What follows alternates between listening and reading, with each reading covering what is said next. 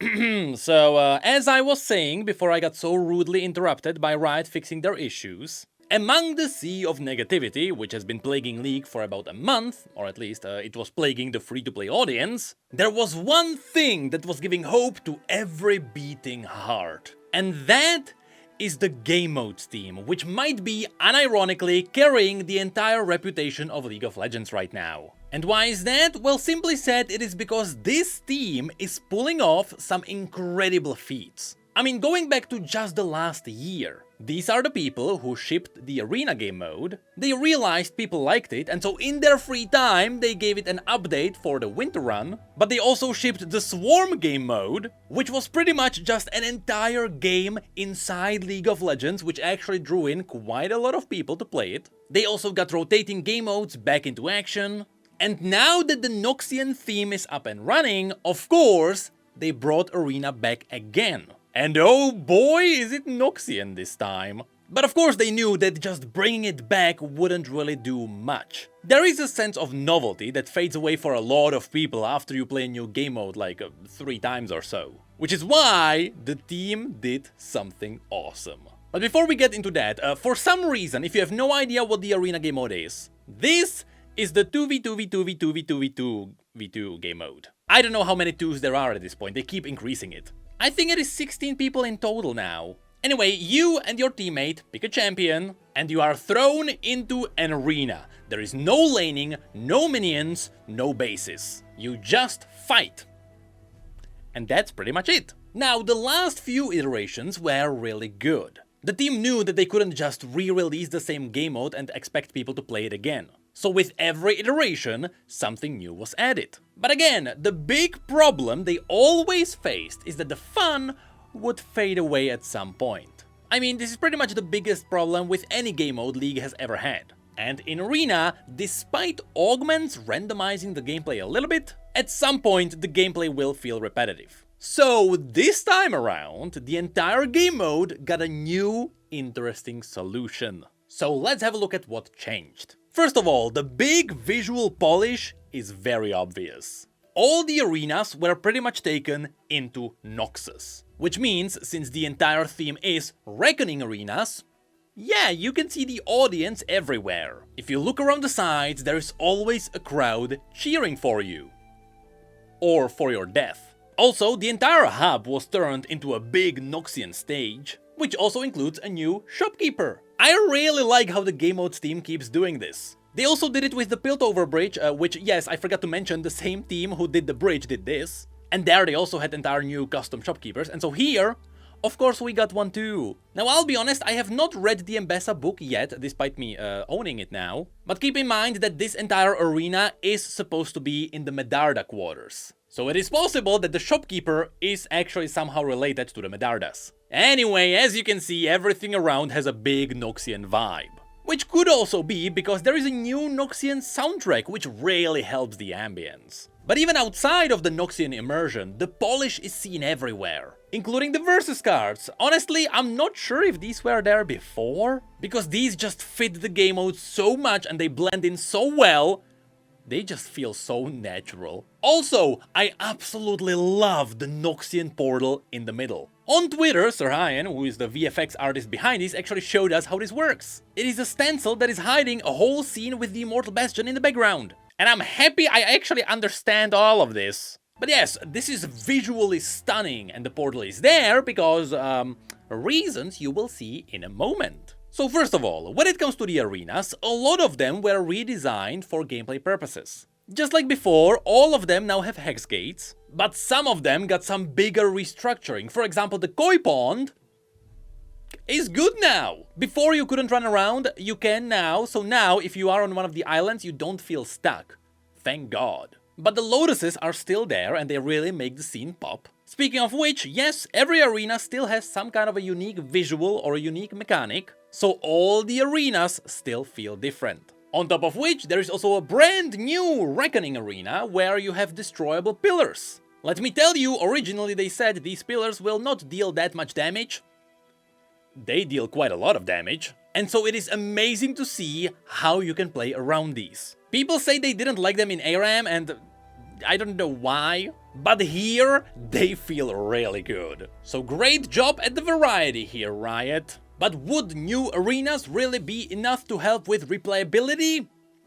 No. Which is why there are two new things that are gonna help with that. First of all, there is a brand new mechanic, which is voting. Yes, I am pretty sure they borrowed this mechanic from TFT, and truth be told, in TFT, it worked extremely well. And so, once every few rounds, there are gonna be 3 random guests that appear in the arena. These guests are pretty much augments for the entire game. They change the rules.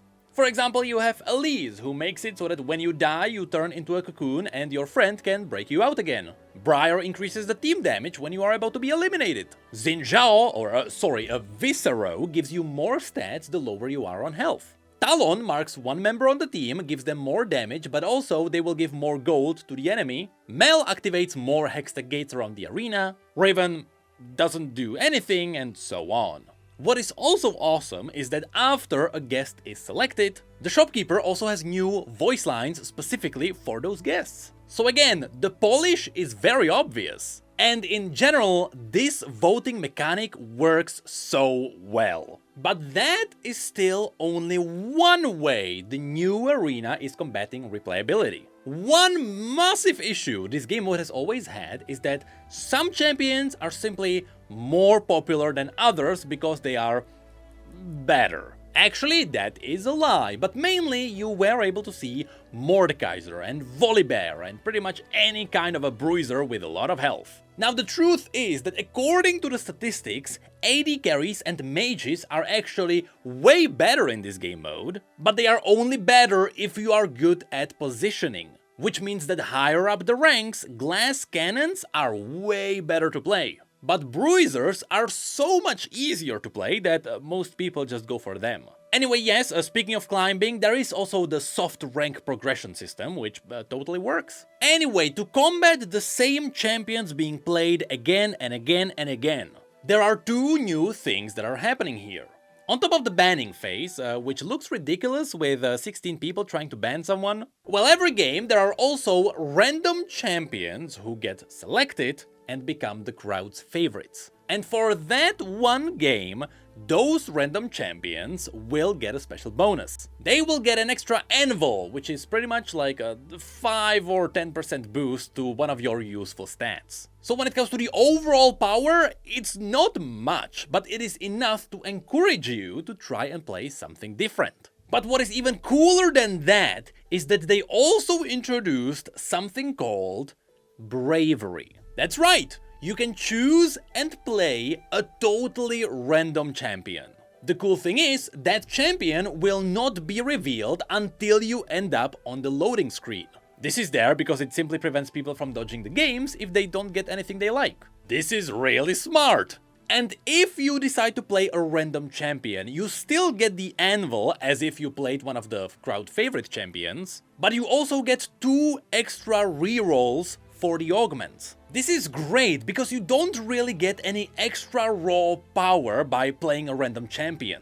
This would get totally broken if you play a random champion and that champion ended up being something like a bruiser. But instead, because you are playing a random champion whom you might not know how to really properly play, getting those 2 extra rerolls really helps with getting an augment that is really good for that champion. So those extra rerolls naturally balance out the possible lack of skill on the champion. And yes, of course, this is also a brilliant way to support experimentation. With that said, I can bravely say I have never won with Bravery yet. Not to mention that now, possibly going into the future, there might be the possibility of all random arena. All random Earth arena would be hilarious, but I don't think we are ready for that yet. Speaking of which, augments are still a thing, and with every new iteration of arena, we are getting more and more of them. But this time around, they are also softly tied into a new progression system. Following the classic roguelike formula, when you first play arena, you get a lot of augments to choose from, but as you play, you actually unlock more options. Just like it is in other roguelites, you are not really unlocking power, you are just unlocking options. So it totally works, and it is also not overwhelming everyone with just a bazillion choices. Also, it's not like too many augments are locked. I am pretty sure there are 5 locked behind 5 levels of fame. So this progression system is not that big, but it still serves the purpose of giving you some progression. So even though it's small, it's still something that counts. Which brings us to what is really happening with this game mode. Simply said, after witnessing what happened every single time the game modes team released anything, it has always been a massive PR success for the game. It doesn't matter if the game modes are played more or less. It's just cool to see that there is a team working on League of Legends who is just delivering awesome things over and over again. And the best part is, it is all totally free to play, which especially now may hold a lot of value.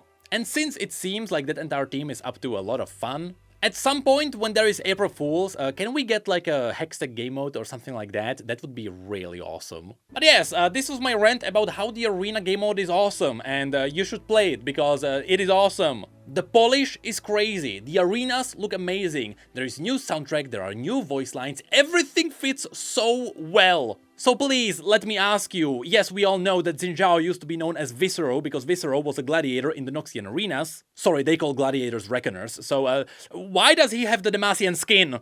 Was he taken into Noxus again? Are they actually progressing the story before our eyes? Or is it a bug on PBE because it is Viscero and he is supposed to have the Viscero skin, but it is PBE? At this point, anything is possible.